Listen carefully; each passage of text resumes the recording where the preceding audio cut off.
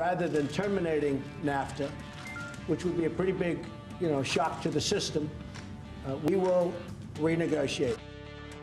And those renegotiations began this Wednesday. Trade representatives from the United States, Mexico, and Canada are in Washington, D.C. to take the first steps towards reworking the trade agreement. I'm Anand Naidu, and this is The Heat.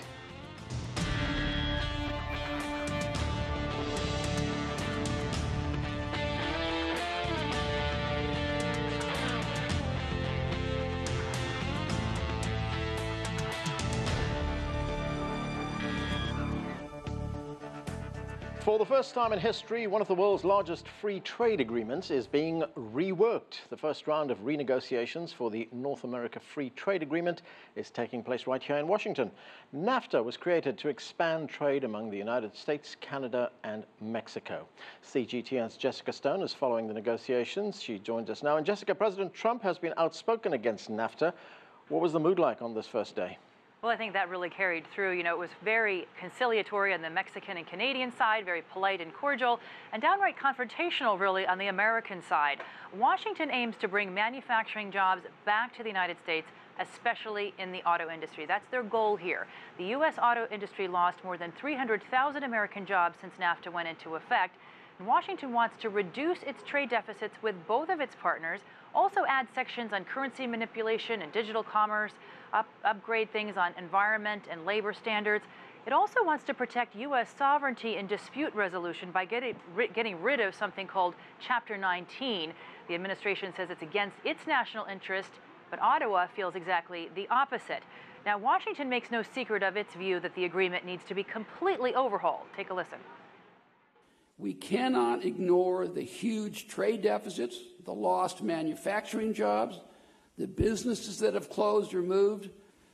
We feel that NAFTA has fundamentally failed many, many Americans and needs major improvement. Now, Canada doesn't view trade surpluses or deficits as a primary measure of whether a trading relationship works. Nonetheless, it's probably worth pointing out today that our trade with the U.S. is balanced and mutually beneficial. Now, Jessica, there's a lot on the line for consumers and business owners. Did you get a chance to hear from some of them? There were an awful lot of them in the room when those remarks were made. In fact, if you think about it, trade has increased across North America thanks to NAFTA. And here are just some of what I heard from the business community. I think that this administration is smart enough to understand that at some point, if you increase the pain points for Canadian costs and Mexican costs, those costs are going to be borne by the end consumer in the U.S. We have seen how some regions in Mexico have practically achieved full employment. We want to see how to continue this free trade model with high competitiveness in our three countries as a region.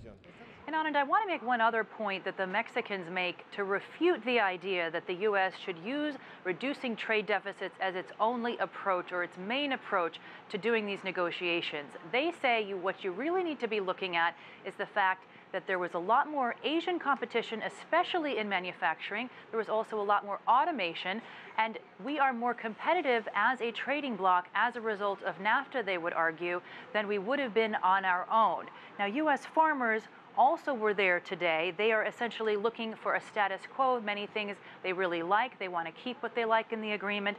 That is one sector across the board in both Canada, Mexico, and the United States that, for the most part, has gotten what they want from this agreement. Thanks, Jessica. That's CGTN's Jessica Stone reporting there.